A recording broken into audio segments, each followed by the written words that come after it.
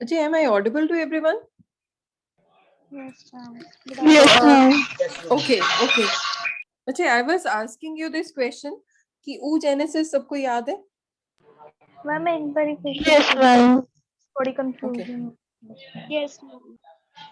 Okay, should I repeat? Okay, I'll repeat then. So last class में अगर आपको याद होगा,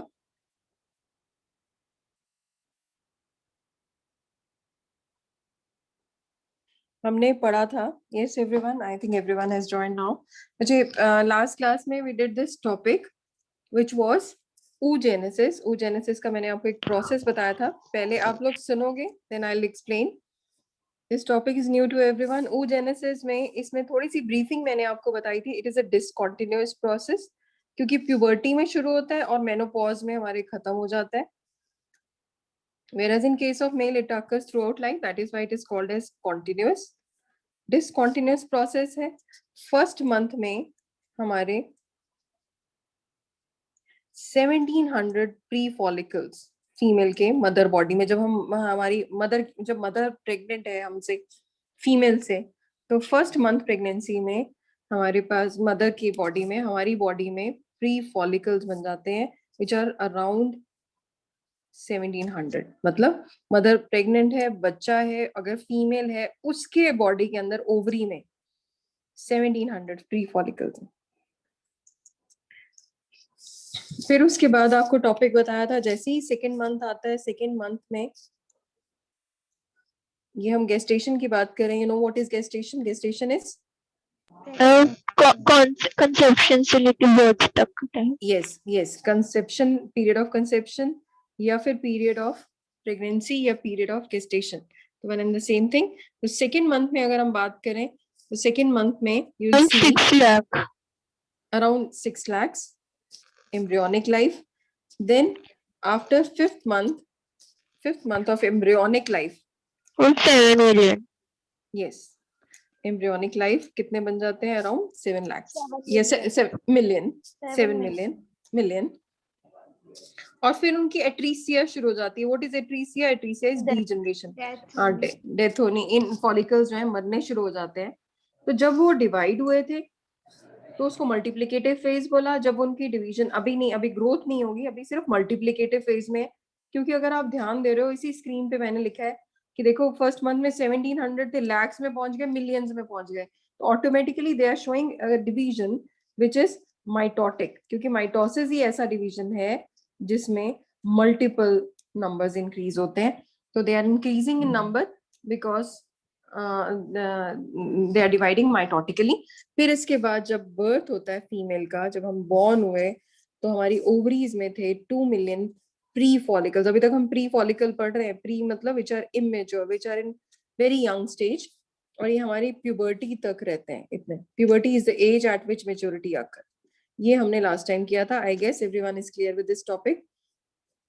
और प्यूबर्टी तक हमारे पास आ जाते हैं 60,000 to 80,000 प्री फॉलिकल्स, जिनमें से these are 60,000 to 80,000 pre follicles, जिसमें से हर 500 फॉलिकल में, on every 500 pre follicle, 60,000 to 80,000 की बात हो रही है, इनमें से कोई भी जो भी 500 होंगे प्री फॉलिकल, उसमें से that will develop into one egg, into egg.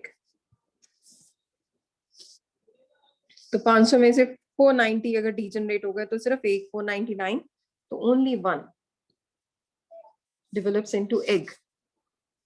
अब जो एक बना है उसकी हम डिटेल में स्टडी पढ़ेंगे. I am moving to the next page. तो जो एक है pre follicle, this is pre follicle, इसको हम नाम देते हैं oogonia. अब फीमेल की प्यूबर्टी हो चुकी है. Puberty is the age at which maturity occurs. तो इसमें सबसे पहली फेज कौन सी आएगी? मल्टीप्लिकेटिव. मैम ये वाला लिखना.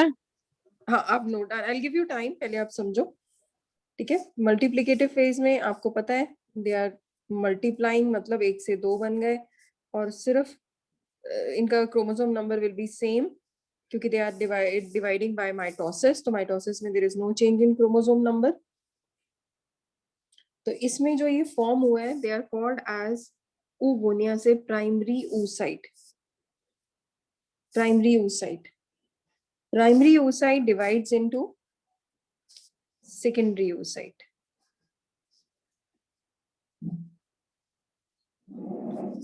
So primary oocyte into secondary oocyte, and here they divide with the help of meiosis. तो meiosis में their chromosome number is reduced to half. तो यहाँ 2n थे तो ये n हो चुके हैं, 2n से n हो गए. और इसमें जब ये secondary oocyte form होते हैं then they are divided. secondary जो primary oocyte है जब ये divide होते हैं दो में, तो एक form करते हैं secondary oocyte और दूसरा जो आता है ये degenerate होता है, ये आता है polar body. बहुत छोटी सी बॉडी आती है, इसको नाम देते हैं polar body. अभी I'll explain why this is forming. तो एक polar body और एक secondary oocyte. This secondary oocyte then divides further into, ये तो polar body है, polar body खत्म हो जाएगी. Then it again divides into one polar body, one more polar body, and ooted. Ooted is mature egg और ovum. Ovum कह दो, egg कह दो, ये सारी चीजें आएंगी. Ooted, ovum और egg. और इस एग को भी हम डिटेल में पढ़ते हैं. तो अभी आपने देखा मल्टीप्लिकेटिव फेज. मल्टीप्लिकेटिव फेज में they are dividing by mitosis.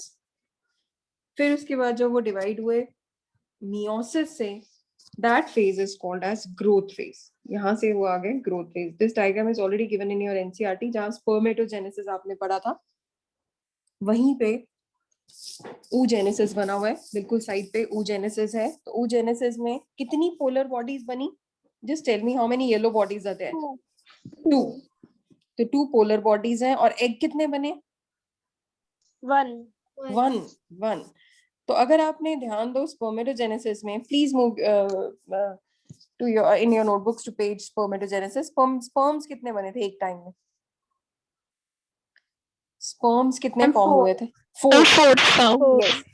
yes 4 sperms. और एग कितने बने अल्टीमेटली? 1. अब क्वेश्चन आता है कि why polar bodies form? Polar body is degenerated body. तो इसमें सारा का सारा साइटोप्लाज्म जो है वो एग एब्जॉर्ब कर लेते हैं, क्योंकि एग ने बाद में डेवलप होना है एम्ब्रियो में.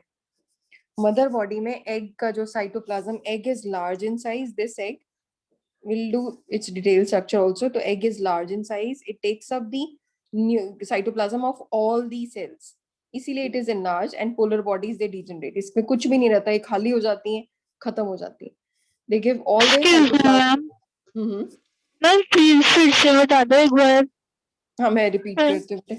हाँ मुझे देखो अभी क्या हुआ था जब वो प्री फॉलिकल, याद है हमने पिछली स्लाइड में अभी पढ़ा. तो प्री फॉलिकल्स में 60 to 80,000 जब प्री फॉलिकल्स से प्यूबर्टी पे, तो उसमें हर 500 पे एक एग बनेगा. तो सपोज ये प्यूबर्टी में फर्स्ट एग रिलीज हुआ.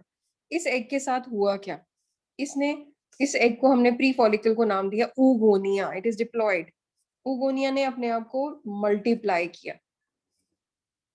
oogonia ने अपने आप को मल्टीप्लाई किया और फॉर्म किया primary oocyte by the process mitosis. फिर वो मियोसिस शो करता है. मियोसिस में 4 बनने चाहिए थे, बट इसमें सिर्फ 2 बनते हैं, क्योंकि जो ये है डिवाइड होता है एक पोलर बॉडी में, एक सेकेंडरी oocyte में.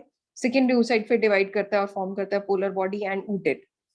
तो ultimately single egg is formed and 2 polar bodies are formed. नहीं तो अगर आपको याद हो, हमने स्पर्मेटोजेनेसिस में ये 2 बनते हैं, फिर ये दोनों आगे फर्दर डिवाइड करते हैं, 4 बनते हैं. लेकिन इसमें तो कुछ रहा ही नहीं, तो ये डिवाइड नहीं कर पाया. और रीजन आपको बता दिया है कि एग ने अपने आप को डेवलप करना है एम्ब्रियो में. तो it requires cytoplasm, it requires energy, so it takes up the cytoplasm of the other cell. अब now I am going to make the diagram of human egg. Please make this diagram. This is already given in NCERT. Do you want me to go back to the previous page? Yes. क्या आपने वो draw किया last वाला part? You have already made this, I guess, in your previous class. Yes, ma'am. Yes, ma'am. Yes, please make this diagram. Be quick. और ultimately आपको NCERT वाला बनाना है। I am just giving it in easy form. NCERT वाला आपको exactly learn करना है। जब revision होगी तो हम एनसीईआरटी से रिवीजन करेंगे, बट अभी आप ये बनाओ नोट्स के लिए।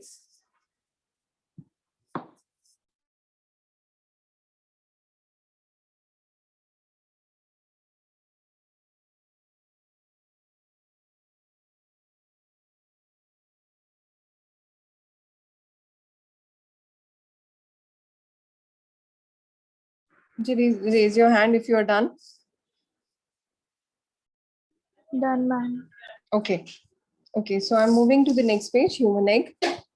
Diagram is human egg.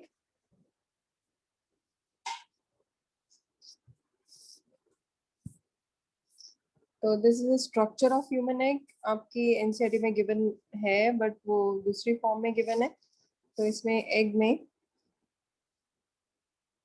2 membranes होती हैं, जिसको इनर वाली को बोलते हैं perivitelline, sorry perivitelline membrane,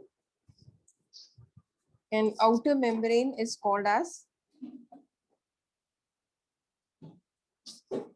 zona pellucida.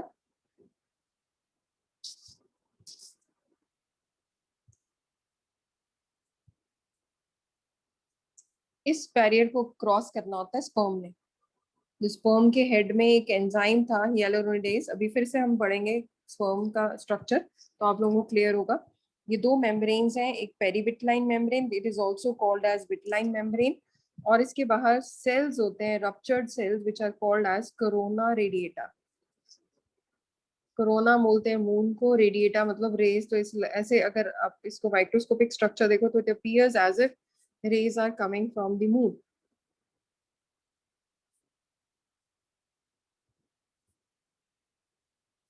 It is present all over the surface. इसको नाम देते हैं कोरोना रेडिएटा,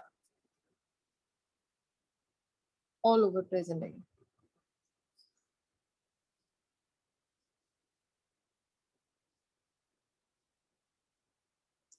और इसमें फीमेल न्यूक्लियस है, which is also called as germ cell or germinal vesicle.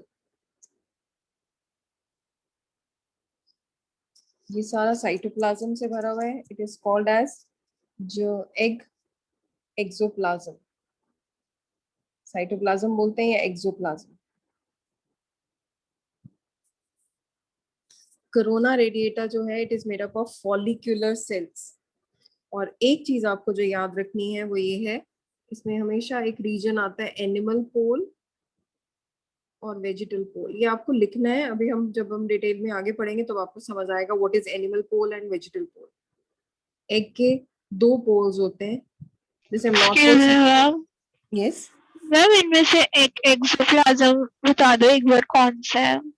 Axoplasm is this dotted, ये cytoplasm, जो fluid like structure present होता है ना inside, that is called as exoplasm. Okay. Okay, so अब आप लोग please draw this diagram.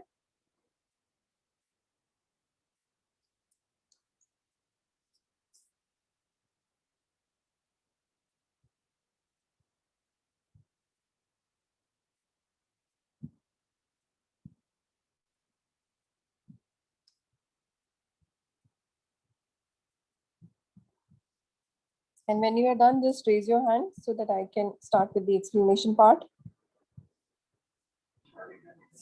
Ma'am, wait. Okay.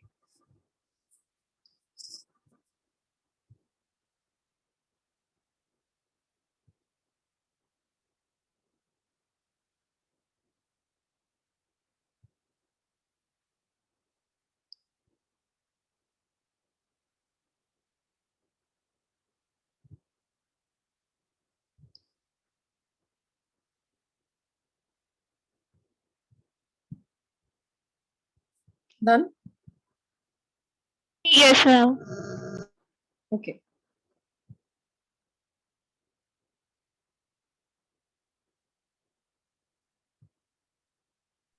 Ma'am आपने inner membrane पे क्या लिखा हुआ है? एक है बच्चे, ये मेम्ब्रेन्स में मैंने आपको एक मेम्ब्रेन दी है, perivitelline membrane, perivitelline, PERIVITELLINE, perivitelline membrane, zona pellucida, ZONA PELLUCIDA, zona pellucida. Okay.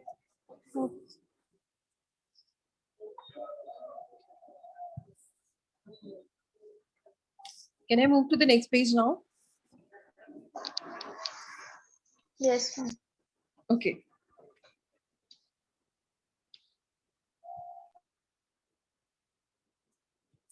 Now coming to next part, that is egg membrane. अब आप लोग जो आपने बनाया डायग्राम उसके बारे में आप लिखोगे egg membranes. तो egg membrane में अगर हम बात करें, सबसे पहली मेम्ब्रेन को हम बोलते हैं primary membrane. Primary membrane. It is secreted by cells. देखो, primary membrane secreted by cells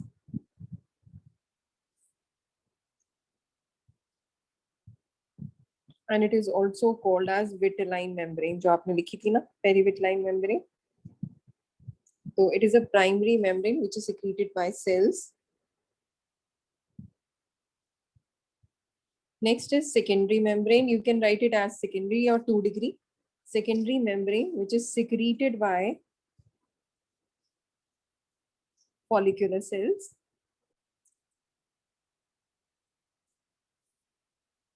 और जिसका नाम मैंने बताया था आपको. Yes, what was the name? Zona pellucida. Zona pellucida. And can anyone tell me what is another part which was outside this vitelline membrane? Ma'am, corona radiator. Very good, corona radiator. Shabash. Corona radiator. Now we have tertiary membrane also. Tertiary. Tertiary membrane which is secreted by egg, ovida, which is secreted by glands or oviduct.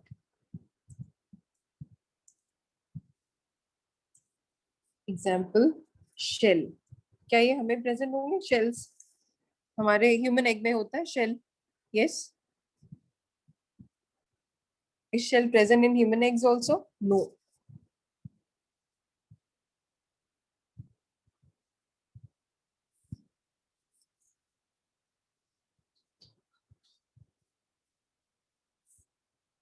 Can I move to the next page now? Yes, ma'am. Okay. ये 3 membranes आ गई, primary, secondary and tertiary. फिर उसके बाद आप लिखोगे types of eggs on the basis of yoke.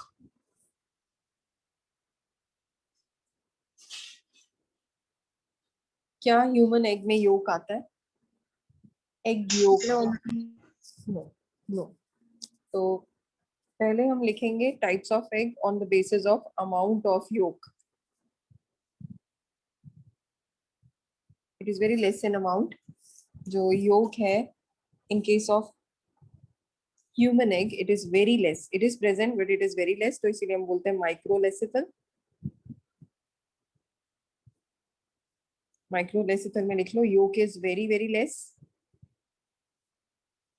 Example है human egg.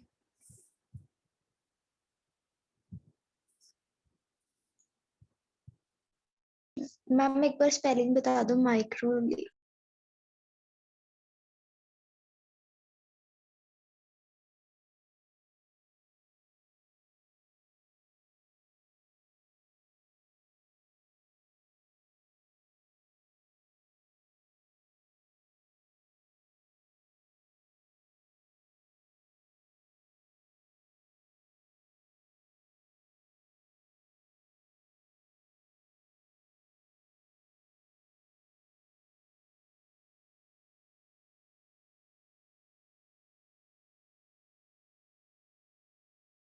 It is microlecythal. Then is mesolecythal.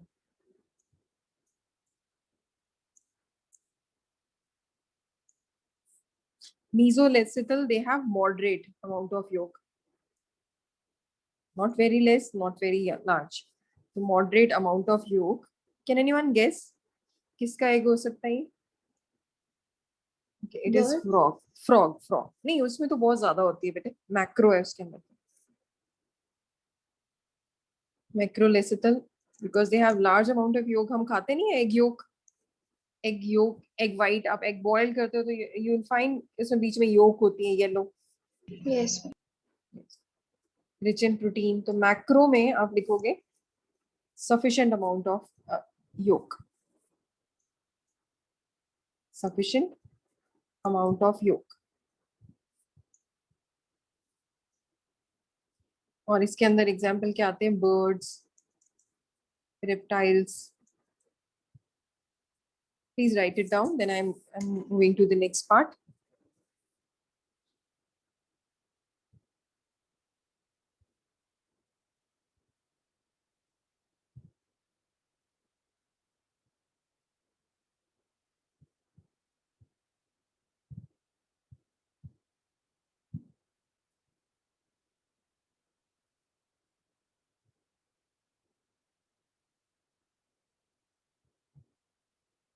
If you are done, can I move to the next part? Yes, ma'am. Yes, ma'am. Okay.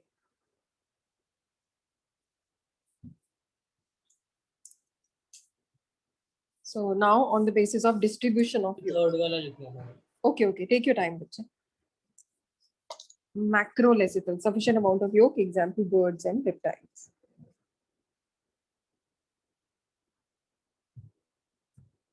Done. Okay.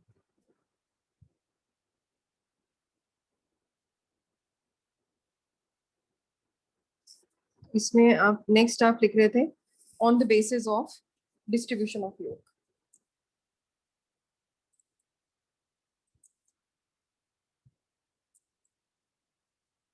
On the basis of distribution of yolk.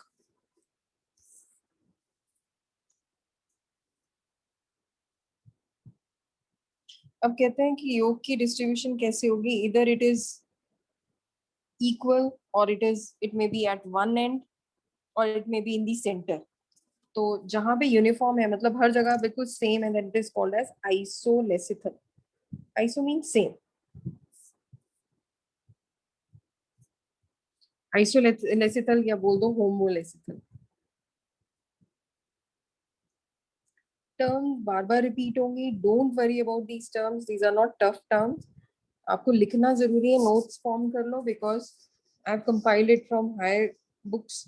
तो I have tried to cover all the topics related to this. तो आप लोग अगर लिखा होगा एक जगह तो फायदे में रहोगे during your NEET preparation. So try to make very good notes. This is not important from your board point of view, but it is important from NEET point of view. So on the basis of distribution of yolk. तो homolecythal या isolecythal, इसमें लिखो uniform distribution. Example is human egg.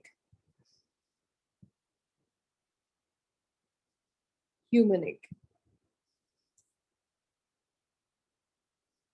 दूसरा है telolecythal. Telolecythal. Telo क्या होगा? Yolk on one side. उसमें uniform distribution थी, इसमें yolk on one side. Example is hen. hen में देखते हो ना आप, hen egg में आप नॉर्मली एग्स खाते हैं, सभी खाना भी चाहिए. तो इसमें यहाँ पे yolk एक साइड पे होती है. That is called as telolecythal. How many of you take egg daily? Very good for your health. Yes. How many of you raise your hand? Ishmeet, very good. Amanmeet, Shabash, Dolly, yes. Very good, everyone. Okay, just 3 of them. That's it. Okay. अब हम bio के students हैं तो हम पढ़ेंगे कि those who are non vegetarian, या अगर आप एग्स खाते हो, not a non vegetarian, you will be an eggetarian. And eggetarian में there are 2 types of egg. एक होते हैं फर्टिलाइज्ड, एक होते हैं अनफर्टिलाइज्ड. हम पढ़ेंगे इसमें तो आपको समझ आएगा कि जो एग खा रहे हैं they are not non vegetarians, they are eggetarians. And egg जो है दैट इज अनफर्टिलाइज्ड, उसमें से बच्चा नहीं निकलेगा. आप किसी जान को नहीं खा रहे हो. और एग तो हमेशा रिलीज होते हैं, you know, in case of human also every month we release a egg during menstrual phase. तो egg is released in the case of birds also. किसी ने मुझसे पूछा भी था, ma'am why people are crazy for this meat or chicken. तो अच्छी बात नहीं है, नहीं खा. It is up to you whether you eat or not. It is totally your choice. और अगर वो खा रहे हैं तो it is मतलब आप normally if we go for blood donation या फिर आप blood किसी को God forgive अगर किसी को जरूरत पड़ती है blood की, तो क्या आप ये पूछते हो कि वेजिटेरियन का ब्लड है कि नॉन वेजिटेरियन? यस अंश, अनुभव बताओ बच्चे. यस और no? Do you ask for the vegetarian blood कि आप वेजिटेरियन हो तो आप vegetarian blood? Yes, speak out. Ma'am no, we ask for blood and what we are having is we are giving it to our blood.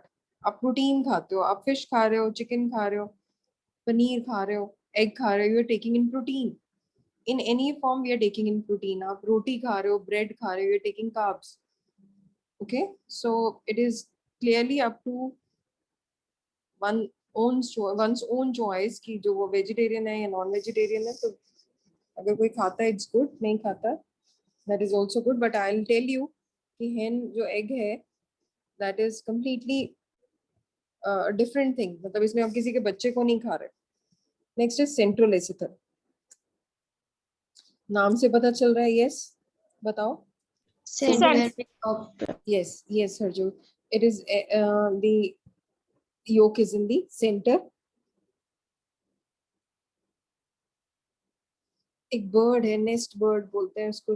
nest bird का नाम है. eggs of nest birds में जो है ना, they exactly in the center yolk.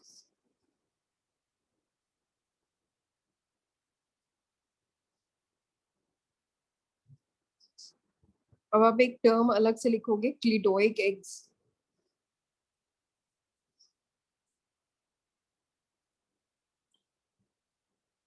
क्लिटोइक eggs एक star लगा के लिखना, ये अलग से. It is not from this part, it is separate thing. Cleidoic eggs, these are called as self sufficient eggs.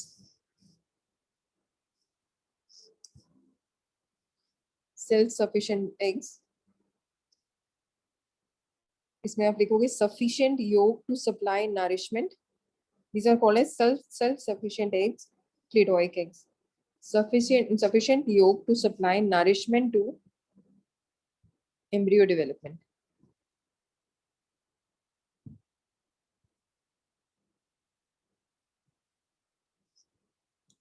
Sufficient yolk to supply. हाँ, मैं दोबारा से. Yes, I'm repeating. मैं cleidoic eggs में लिखो sufficient yolk to supply nourishment for complete embryonic development. Sufficient yolk to supply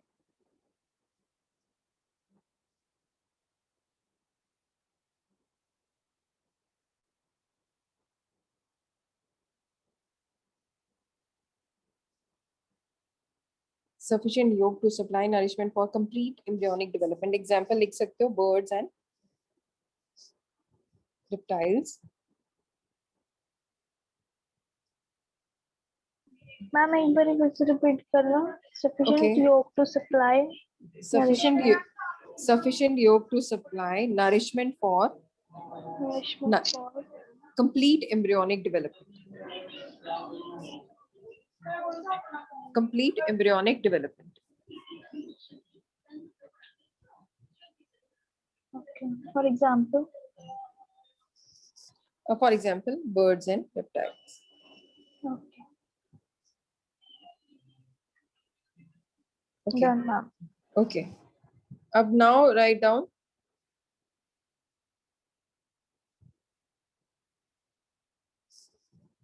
next part, difference between ova or egg. But I frequently ova and sperm. Difference between ovum and sperm. Very frequently asked question. एक तरफ आप लिखोगे इसको 3 lines में, एक तरफ लिखोगे characters और एक तरफ लिखोगे ओवम और एक तरफ लिखोगे एग. पहले हम स्टार्ट करेंगे करेक्टर्स में. Will talk about structure.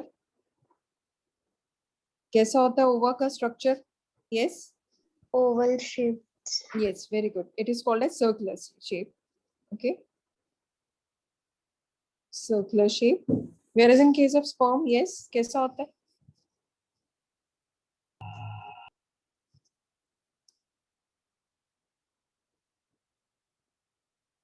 Yes, मोटाई होता है।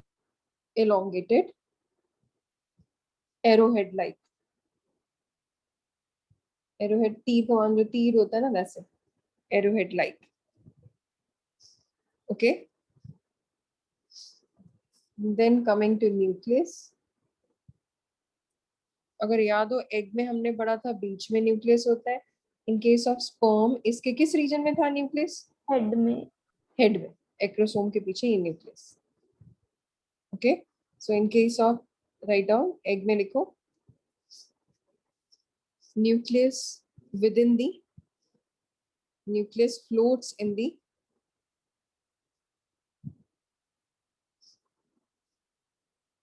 exoplasm या nucleoplasm. एक्सोप्लाज्म याद है ना, अभी अभी आपने लिखा था. यस. ओके, और इसमें आप लिखोगे nucleus within the head reason.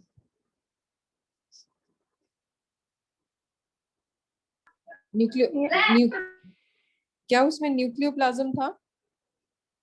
Head region with no nucleoplasm.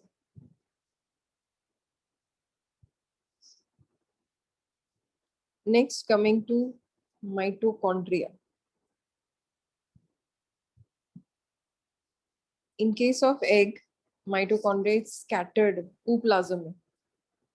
Scattered in ooplasm या exoplasm. Exoplasm कह दो, ooplasm कह दो, एक ही बात है. प्लाज्मा में scattered हुआ हुआ है. Whereas in case of sperm, it is बताएगा कोई? मिडिल पीस में स्पाइरल. और उसका नाम क्या था? Nebenkern. Nebenkern. Very good, निब्रिनकुल.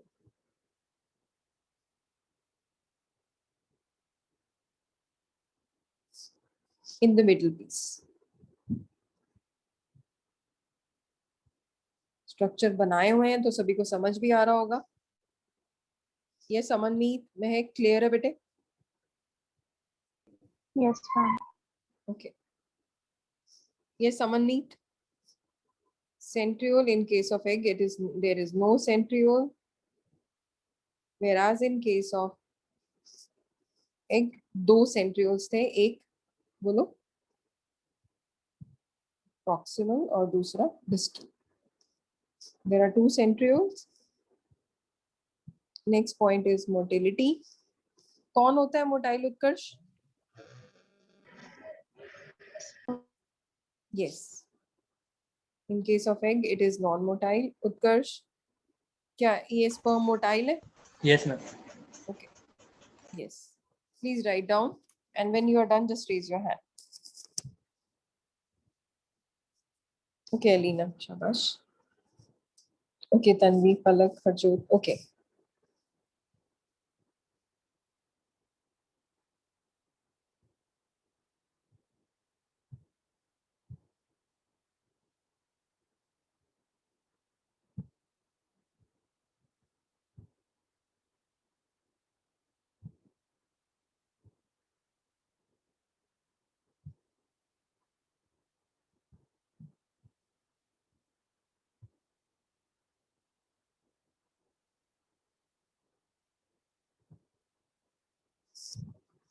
Okay. Next point. Okay. So next point is cytoplasm. Write down. I think it was 6 point, cytoplasm.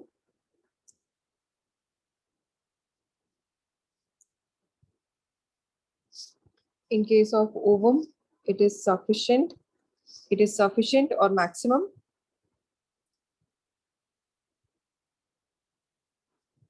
Sufficient or maximum.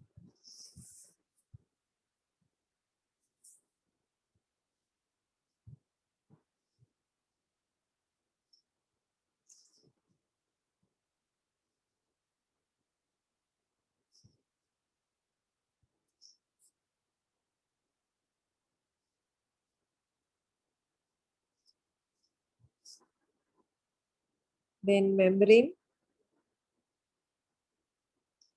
In case of egg कितनी membranes थी? Two. Ma'am, two membranes. It is 3. अरे हमने corona radiator भी तो बताया, it's hindrance, it is a kind of membrane, vitelline membrane, zona pellucida, okay, and corona radiata.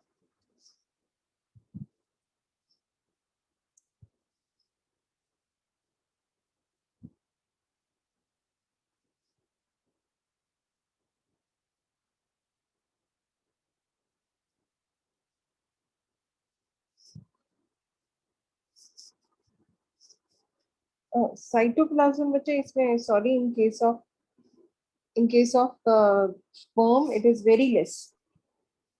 Ma'am इसमें था सब. प्रेजेंट Yes, होता yes, it is very less and only in tail region.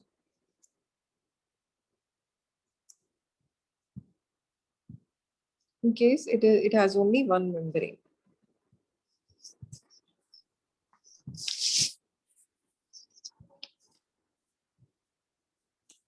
And if you are done, can I move to the next part now? Yes ma'am Yes, ma'am. Okay.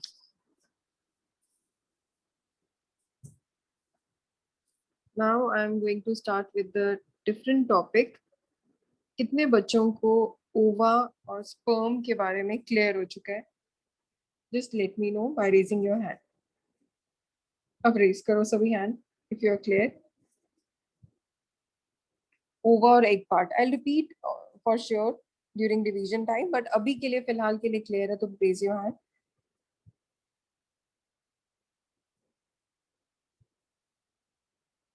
Yes, Aman, Harsh, Mayank, Manpreet, Mehak Kondal.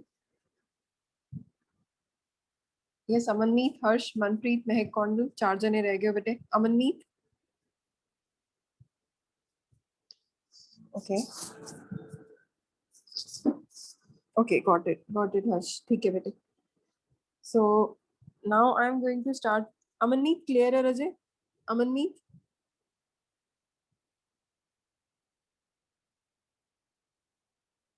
Okay, Aman, got it.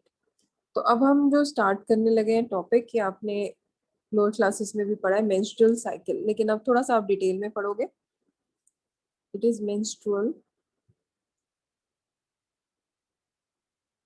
cycle, which is also called as menses in case of female. It is also known as ovarian cycle, क्योंकि egg release होता है तो it is also called as ovarian cycle. ये topic बहुत ज्यादा important है, बहुत NEET के क्वेश्चंस बनते हैं इसके ऊपर, और कभी ऐसा हुआ ही नहीं कि इस टॉपिक पे क्वेश्चन ना आया हो. Even from board point of view this topic is important and also from NEET. तो आप लोग बहुत ध्यान से अभी बिल्कुल फ्रेश माइंड से ये चीज सुनो. So I'm going to give you very important points. सबसे पहला तो it is a characteristic feature of. It is a characteristic feature. आप लोग note down करोगे. It is a characteristic feature of primates only. Primates कौन होते हैं? Man, monkey, and apes. In case of human female, it is a characteristic feature, and even in case of apes, man, monkey, and apes, they show this cycle. And menstrual cycle जो है, it occurs, these changes, जो menstrual cycle के changes हैं, it occurs in reproductive stage. Changes in female reproductive system. Changes in female reproductive system, where the ovary prepares, where ovary prepares itself for fertilization.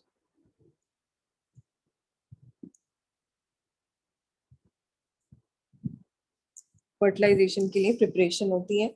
और जहां पे menstrual cycle start होगा, start of menstrual cycle, that is called as, yes, Menarche. Menarche. Very good, menarche कह दो. And that age is called as puberty. And this menstrual cycle remains suspended. क्या pregnancy में होती है ये? No ma'am no. और क्या जब फीमेल फीड करवाती है ड्यूरिंग फीडिंग पीरियड, क्या ये मेंस्ट्रुअल साइकिल होगा? अब आप लोगों के लिए कुछ नई चीजें हैं जो आप लोगों को नहीं पता, वो सुनना. तो it is suspended during pregnancy. That is why it is discontinuous. तो जब फीमेल प्रेग्नेंट थी तब नहीं हुआ, प्रेगनेंसी में जब फीमेल फीड कर रही है, मदर फीड कर रही है, तब भी नहीं होगा. तो अभी मैंने आपको ये वर्ड बता दिया, during pregnancy and during lactation. Mother जब फीड करती है, जब बच्चे को दूध पिलाती है मदर, तब भी ये कोई भी ये साइकिल नहीं होगा. And this stoppage of this menstrual cycle, menopause. yes, the pause means stop. The stoppage of menstrual cycle at the age of 50 to 55, 52 या 55 years average है ये. This is called as menopause, and you all are aware of this. Please write it down, then I'll proceed to the topic. Please write these points in your notebook. Ma'am आपने second point क्या लिखा, changes in reproductive system? ये पहला तो point लिखा है characteristic feature of primates. दूसरा था it is a process of changes in reproductive system in case of female, where ovary prepares itself for fertilization and pregnancy. Okay.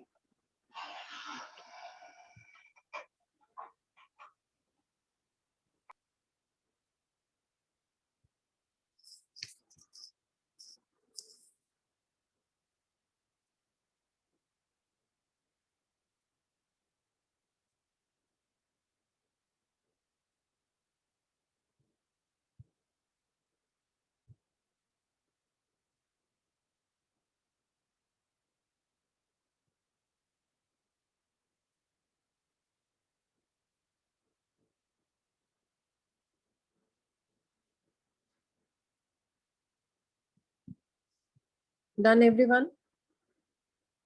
Yes, ma'am. Okay. Wait Yes. Okay, I'm waiting.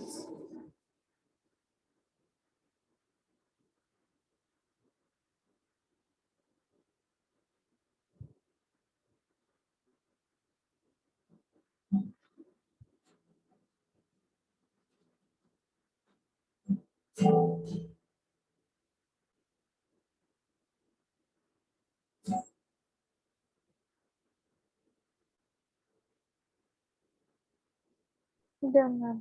Okay. फिर उसके बाद है next part. What are the different phases of menstrual cycle? There are 4 different phases of menstrual cycle. सबसे पहला phase जो हम बोलते हैं menstrual phase. Menstrual phase, it is for 4 to 5 days. That is also called as bleeding phase. अभी हम पूरा detail में सुनेंगे, आप लोग सुनोगे तब आपको क्लियर होगा. Second phase is follicular phase, where follicles they start to be they prepare themselves for further stages. So first is menstrual phase, then is follicular phase. Follicular phase जो है that remains for 10 to 12 days. In your NCERT it is written as follicular, or it may be also known as proliferative phase. एक ही बात है, proliferative phase और follicular phase. Third phase is ovulation or ovulatory phase.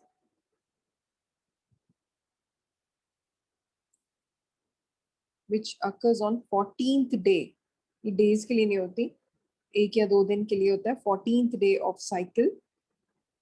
Last one is luteal phase. Luteal phase. Luteal phase is also known as secretory phase.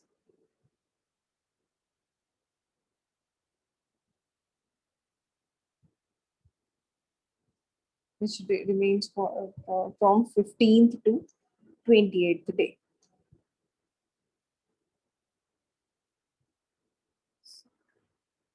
Please write it down. 4 phases है, अभी हम detail में पढ़ेंगे 4 phases को, फिर आपको clear होंगे. I'll explain all the phases in detail. Abhi, please just write down names of the phases and days.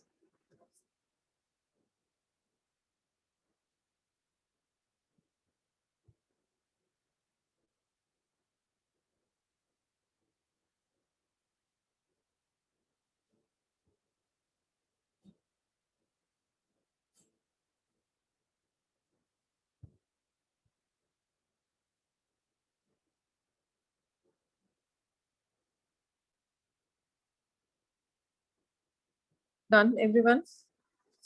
Yes, ma'am. Okay. Yes, ma'am. Okay.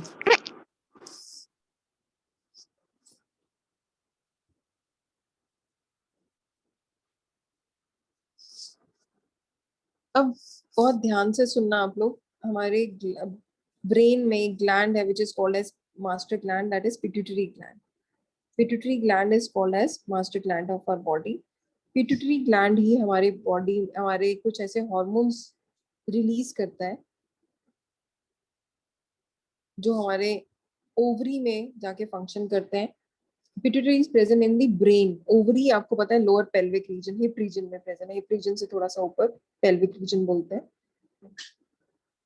तो वहां से कुछ रिलीज होते हैं हार्मोन. एक रिलीज होता है FSH. तो ये याद रखना है आपने, नीट का क्वेश्चन है. FSH is release from pituitary. FSH. Ma'am prolactin भी होता है. प्रोलैक्टिन भी, बच्चे अभी हम पढ़ेंगे इसके बारे में.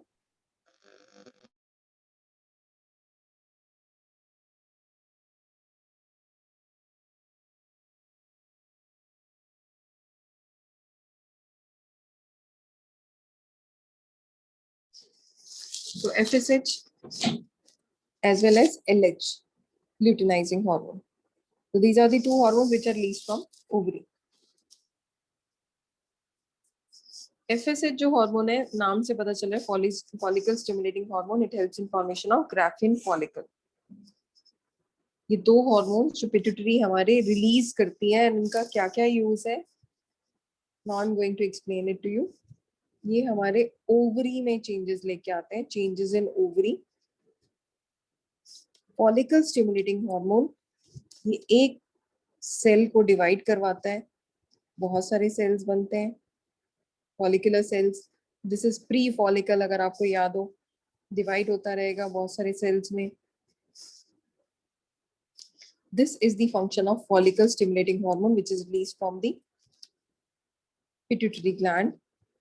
और इसका फंक्शन होता है to convert it into mature Graafian follicle. अंदर बिल्कुल सेल्स ऐसे खाली हो जाते हैं. आई एम रिपीटिंग, पहले एक सेल था, डिवाइड होता रहा बहुत सारे सेल, फिर और डिवाइड होते रहे बंच ऑफ सेल, जैसे ग्रेप्स का गुच्छा आता है. बीच वाले सेल्स कुछ डीजनरेट हो जाते हैं, खाली हो जाते हैं, आसपास रहता है. जो ये बीच वाला सेल है दैट इज एग. तो ये स्टेजेस थी, ये फॉलिकल स्टिमुलेटिंग हार्मोन की वजह से ही बनी.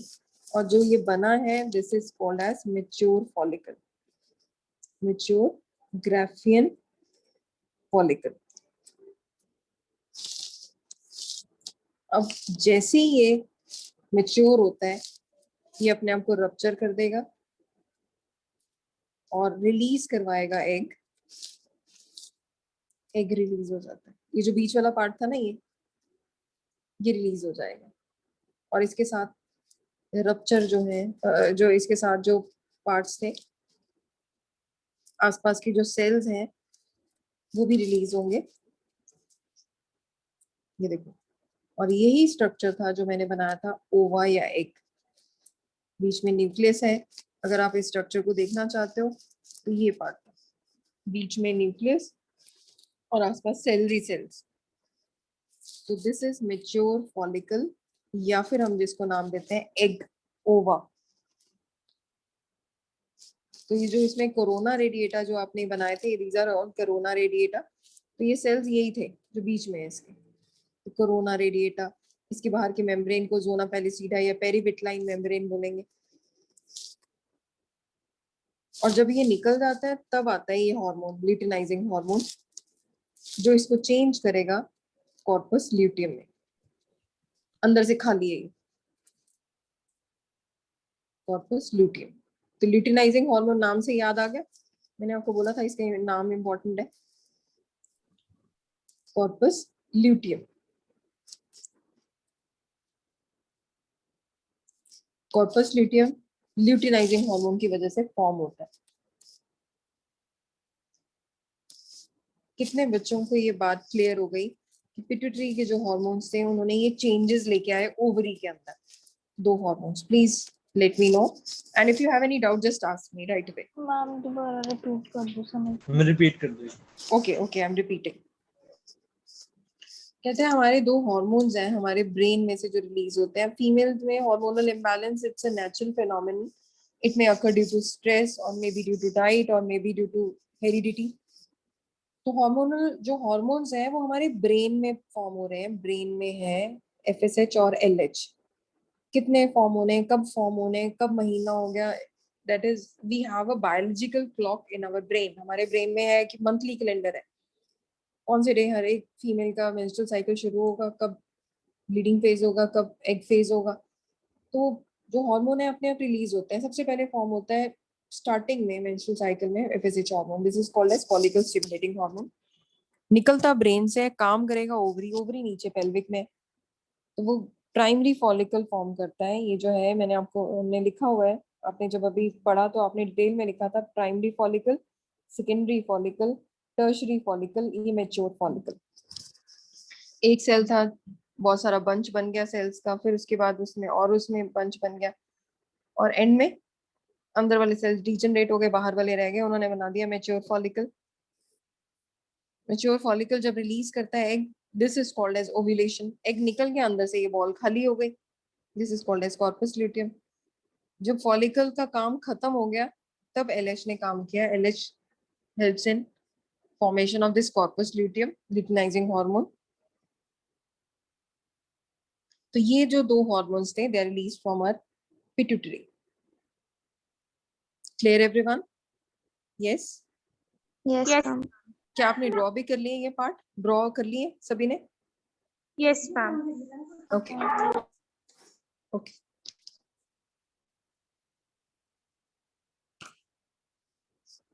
अब इसी में कुछ हमारे ओवरी की वॉल के बारे में बात करते हैं, या हार्मोन्स की बात कर रहे हैं. तो हम राइटिंग हार्मोन्स आल्सो. ओवरी के हार्मोन्स, ये तो ब्रेन के हार्मोन्स थे, अब हम पढ़ेंगे ओवरी के हार्मोन्स. ये ओवरी खुद भी, जो फीमेल ओवरी थी वो खुद भी कुछ हार्मोन्स रिलीज करेगी. तो सबसे पहले हार्मोन आता है प्रोजेस्टेरॉन. प्रोजेस्टेरॉन, ईस्ट्रोजन, ये दोनों हार्मोन्स आते हैं. तो पहले तो पीक पे होता है ईस्ट्रोजन. ईस्ट्रोजन जो है बिल्कुल हाई पे होगा जब FSH हाई पे है, और फिर वो लो होना शुरू हो जाता है. और जब एस्ट्रोजन हाई है तो progesterone is low, and then progesterone becomes high.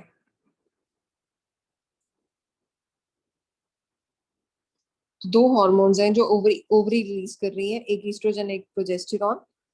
Oestrogen is high during initial days and progesterone is low.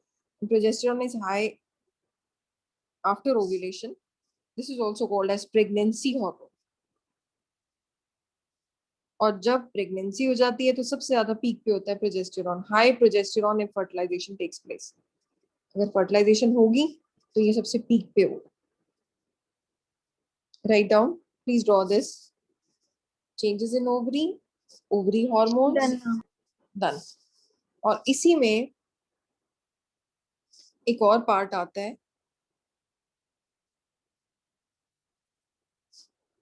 यूट्रन.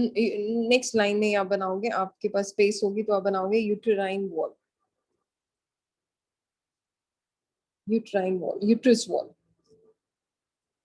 Uterus wall जब ईस्ट्रोजन लो था तो वो डेवलप होनी शुरू हो जाती है, बहुत डेवलप होती है.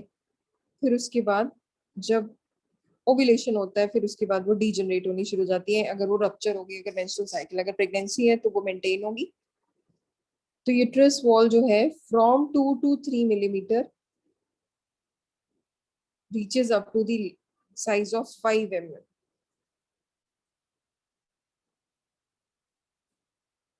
तो ये आपकी यूट्रस वॉल है. और अल्टीमेटली जब ओव्यूलेशन के बाद वो रप्चर हो जाती है, ये खत्म हो जाएगी. और जब वो रप्चर हुई थी, जब वो नीचे थी, इस फेज को हमने नाम दिया था मेंस्ट्रुअल फेज. जब वो बननी शुरू हुई इसको नाम दिया फॉलिकुलर फेज. ये सब आप बनाओगे एक ही पेज पे. और जब उसमें ओव्यूलेशन हुई ओव्यूलेटरी फेज, और लास्ट में luteal phase. So these are the 4 phases.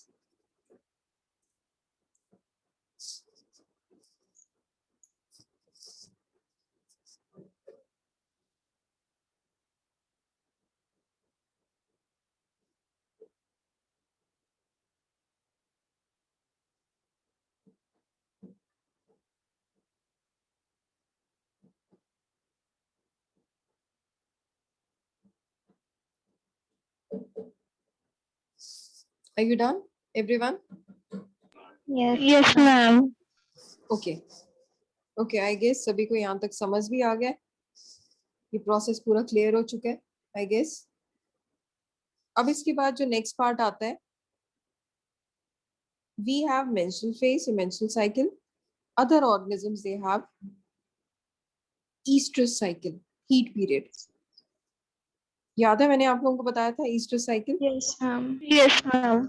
So they are also called as seasonal breeders because they have particular seasons where they are active for fertilization. तो आप लोग एक डिफरेंस में लिखोगे estrous cycle. First chapter में हमने पढ़ा था, बहुत सारे बच्चों ने नहीं किया हुआ, तो I will repeat once again. जैसे ह्यूमंस में होता है मेंस्ट्रुअल साइकिल, वैसे ही डॉग्स में, कैट्स में, कैटल्स में. अब मैंने आपको बताई भी थी एग्जांपल की, डॉग्स में बहुत सर्दियों में डॉग्स होते हैं तो आधे तो ठंड के मारे मर जाते हैं. कुछ स्ट्रे डॉग्स की बात हो रही है. इतनी ठंड में आप देखोगे तो डॉग्स के पप्स होते हैं. और अगर कैटल्स की बात करो तो अभी ये सीजन है, गाय भैंसों का सीजन है, उनमें ब्रीडिंग होती है, उसमें बच्चे पैदा होते हैं, अगर किसी को पता है तो. even in during winters also, even during this season also, so they are seasonal breeders. Easter cycle जो है, Easter cycle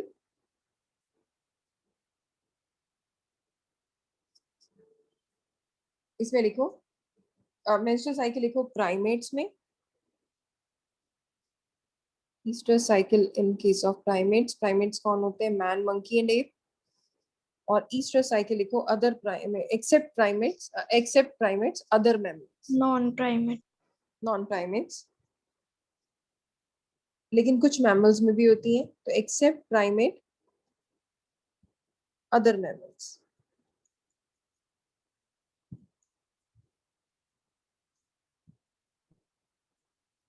इसमें लिखोगे नो मेंस्ट्रुएशन, इसमें लिखोगे मेंस्ट्रुअल साइकिल या मेंस्ट्रुएशन ऑकर्स.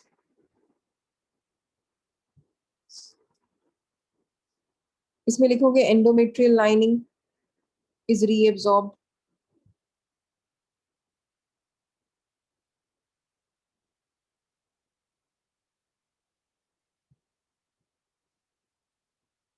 इसमें लिखोगे endometrial lining is lost.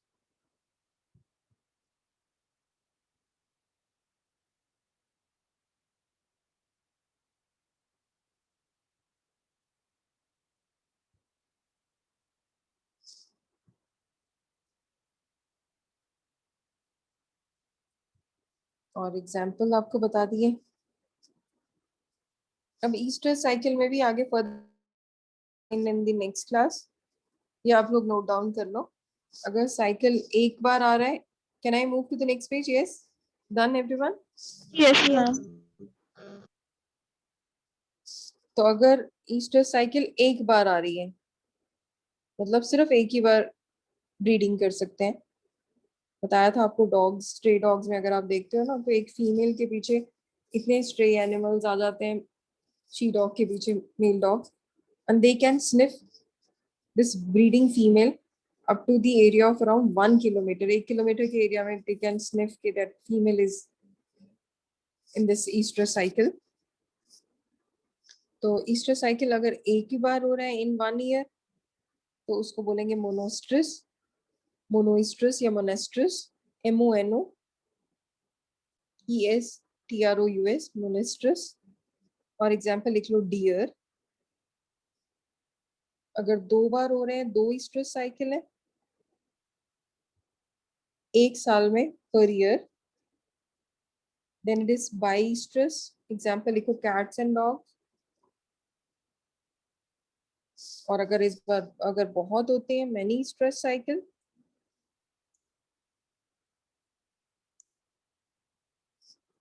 per year, then example is rat and pigs. Rats and pigs. Okay. Yes, ma'am.